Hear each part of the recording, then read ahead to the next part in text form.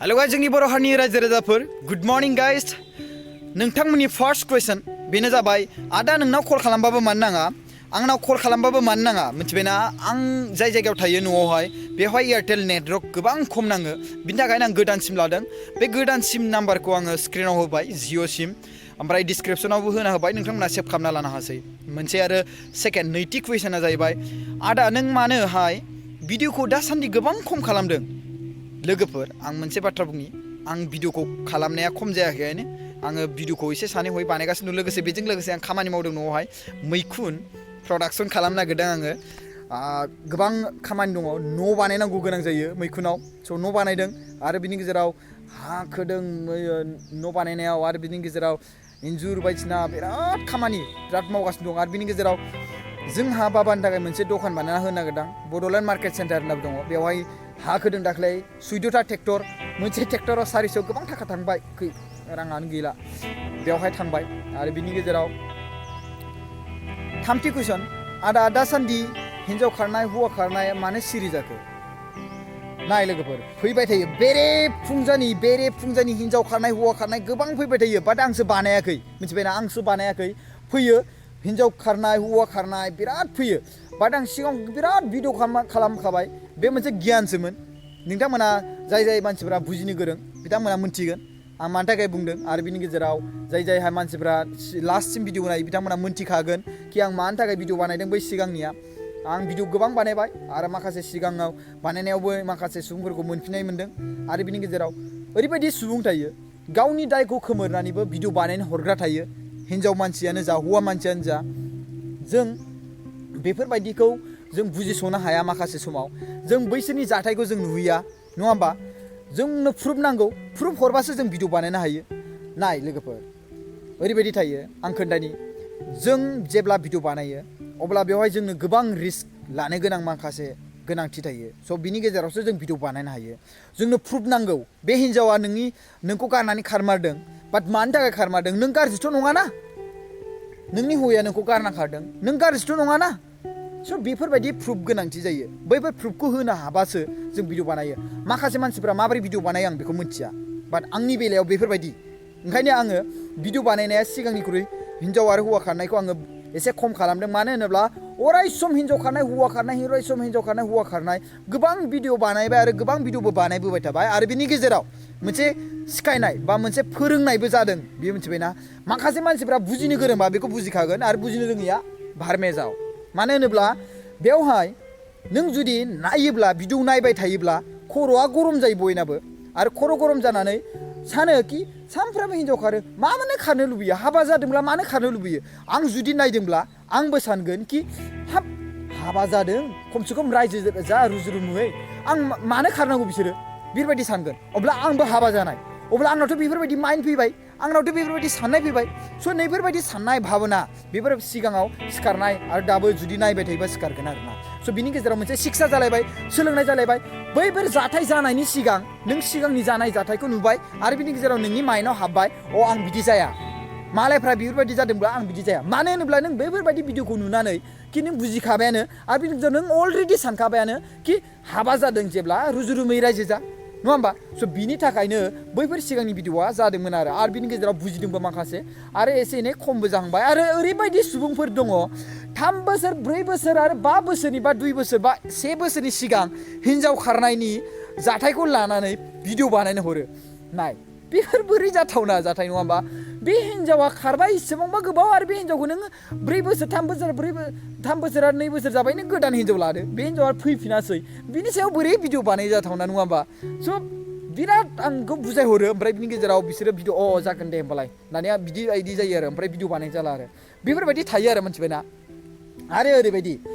लोगोफोर भिडिअ बानायनाय आरो बिनि गेजेराव कन्टेन्ट बेफोर गासिबो सैथो आरो प्रुफजों लोगोसे जानांगौ मिथिबाय माखासे ओरैबायदि हौवा थामारो आरो माखासे ओरैबायदि हिन्जाव थामारो कि गावनि हिन्जावखौ गारनानै खारो आरो गावनि हौवाखौ गारना खारो बे सैथो मिथिबायना आरो बिनि गेजेराव दायनिगिरिया सोरनि बेखौ नायनांगौ फार्स्ट आरो बिनि सायावसो भिडिअ बानायनांगौ मिथिबाय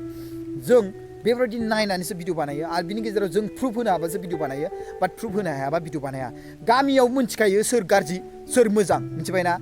नों जुदि थगायब्लाबो गामियावनो मोनथिखायो गामिनि मानसिफ्रानो खोन्थाखायो जाय बिसोरनि न' खाथियाव थाना संसार जादों बिसोरनो खोन्थाखायो जों बेफोरावनो आरामसे मिथिखायो स' बेफोरनि प्रुफ लानानैसो जोङो भिडिअ बानायो आरो गुबुनफ्रा माबायदि बानायो आं बेखौ मिथिला आरो मोनसे खोथा आं बुंखादोंमोन कि नोंसोर जुमायखौ लोङोब्ला थोजासे इसिबां उदै बुंजासे फेनानै जुमायजों फेग्लिजानाय नों बेफोरबायदि गोलैनानै थैलायनाय बेफोरबायदि लोंनाङा आङो होनखादोंमोन नायदो माबा दतमा बाथाबारि सारियालि अबेथिंबा बे साइडथिं मानसि थैलायबाय बाइकजों गोलैनानै बाइकआबो गोदान दा सिनाया महराबो उल्थिंनाय आरो दांजायाबो दाङोब्ला आरो पुलिसफोर फैयागौमानि बेखौ दांजाया दाङोब्ला नोंनि आखाइनि सिन थागोन आरो बेयाव एभिडेन्स जालायगोन नोंहा जम जालायगोन ओंखायनो दांजाया नङा होमबा स' ओंखायनो पिक्सारखौ बेबायदि क्लिक खालामना होनाय जादों आरो स' बिनि गेजेराव बे मानसिया अबेनि बेखौथ' मिथिला दायो दा मोनथिनो मोनगोन दां बाथाबारि दतमा सारियालि बेखौ आङो फेसबुकाव नायनायाव आं मोन्दों बाट आं बे भिडिअखौ बे बुंनायनि जाहोना जाहैबाय कि आं बुंखादोंमोन सिगाङावहाय जानला माला भिडिअ माने जुमाय लोंनानै बिदि बायदि बाइक सालायनाय आरो बिनि गेजेराव जानला माला बिदि फुर्ति बारा इसेबां खालामनानै गावखौनो गाव जिउखौ खोमाना लानो गोनां दा खालाम होननानै आं बुंखादोंमोन बिनि थाखायनो आं बे बाथ्राखौ रिपिट खालामफिनबाय आरो बेबायदि थैनाय जाथाय जानायनि थाखाय मोनसेबाव आरोबाव गेजेराव दैजिं फेस्टिभेलावहाय कि फैसा रां रुफा गोबां लादों जाहैदों फिसा फिसा न' बानायदों पस्ट होदों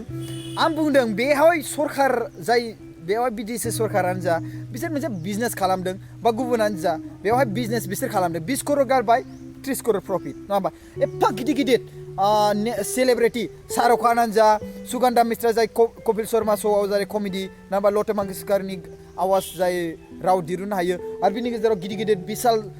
शेखर जाय सिंगार बिसोरो बा एफा गिदिर गिदिर मानसिफोरखौ बोरै लाबोनो बा फैसा होआबा लाबोनो हायो नामा बिसोरखौ नङा होमबा स' बैफोर फैसाखौ बोखांफिनजोबनानै प्रफिट दिरुनो बेयाव सरकारनि खामानि गैया माखासे मानसिफ्रा बुङो सरकारासो बानायदोंमोन सरकार बेयावहाय फैसा गारदों आरो बिनि गेजेराव बिजनेस खालामनायसो जादों मिथिबाय बे फिसा फिसा न' जाय जिजों बा माबा मोनसे बानायनाय बेयावनो 1000 गाहाम लायोबा 1500 गाहाम लायोबा 2000 गाहाम लायोबा देमालि बाथ्रा बे सरकारनि नामा खामानि नङाब्रा बेयावहाय आरो नों आं दखानबो होयो बेयावहाय थाग्रा उन्दुग्रा बिसोरनो फैसा लायो बे नंगौ आरो बिसोर मानि थाखाय इसेबां फैसा लादों मानो होनबा बैफोर दखान जाय होयो बिसोराव बिराद टेक्स लादों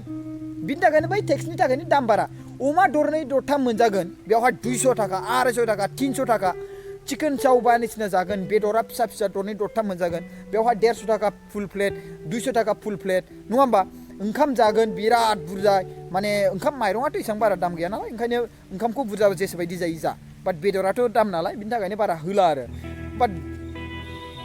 बारा नाङा 6टा 7टाबो होजायो बेदरा इसेबां माने खम होद्रायनायाबो अयनायद्राय जायो इसेबांबो लस थाङा नङा होमबा नोंगौ खामानि मावनायाव मानसि नांगौ गोनां जायो बेवहाय बिसोरनो दरमायाबो होनो गोनां जायो बेयावबो दाननो गोनां जायो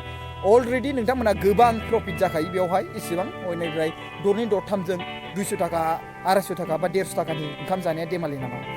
थां रङिया स्टेसनाव मोनसे दखान दङ माने हटेल दङ ओरै साइडआव आं हटेल नामखौ बावबाय बेवहाय दरब्रै बेदर मोनजायो बिराद गेदेर गेदेर बेबो ओंखाम जेसे जायो जा 150 थाखा लायो दरब्रैबावसो बिराद गेदेर गेदेर बिराद मोजांहाय बाट बेयावहाय बुंदों कि फिसा फिसाबावसो बेदरा आरो दरथाम गाहामल' अमा बेदर बेबो आरो बिनि गेजेराव माने जाथावनाबो नङा होनना बुंदों बाट आं मोनसे बाथ्रा बुंनो जाय मानसिफ्रा कमेन्ट होनो पस्ट होयो बिथांमोनखौ नोंथाङा जानोबो नाङा आरो कमेन्ट पस्टबो होनो नाङा मिथिबायना माखासे मानसिफ्रा जादों आरो फैसाबो भुगिदों आरो बिथांमोना मोनथिनोबो मोनदों आरो बिनि गेजेराव जाखांनानै हाबला ओरैनोथ' बे खेबसेल'सो वान टाइम दखानखासो नङा होमबा जेब्ला दैजिं फेस्टिभेला जोबगोन अब्लानो गैलाबो नङा होमबा स' जाय गेदेर गेदेर माने एडभार्टाइज होनानै लायो बिथांमोना जुदि बेफोरबायदि जाहैयोब्ला उनावहाय फिउचारावबोथ' बिसोर फैफिनगोन स' दखान होगोन दैजिं फेस्टिभेलाव उनाव फिउचारावबोथ' जागोन ना दैजिं फेस्टिभेल बेवहाय बिथांमोना दखान होयोब्लाथाय बेवहाय बिथांमोना बारा कास्टमार मोननाय नङा मानो होनबा जाय बेरायहैबाय थाग्रा बिथांमोनाथ' हाबखानाय नंला मोनथिखाबाय बेवहाय मोजां मोनजाया होननानै स' बेफोरबायदि आरोना आं बुंसै बेखौनो कि गावजों गाव अनलायलायबाय था आरो गावजों गाव खौसेथिनि खामानि माव दाख्लैबावै आरो एबसुनि जाय न' सावनाय बेवहाय सियार आरो बाइक सावनाय बिराद दुखुनांथाव फोरमायदों जोंहा एबसुनि प्रेसिडेन्ट प्रमद बर' साराबो आरो बड'लेण्ड रादाबावबो देखायदों आं बेखौनो बुङो कि बेफोरबायदि गोबां लाजिनांथाव खामानि स' आं बेखौनो बुंनानै दोनथ'नाय जाबाय बाय बाय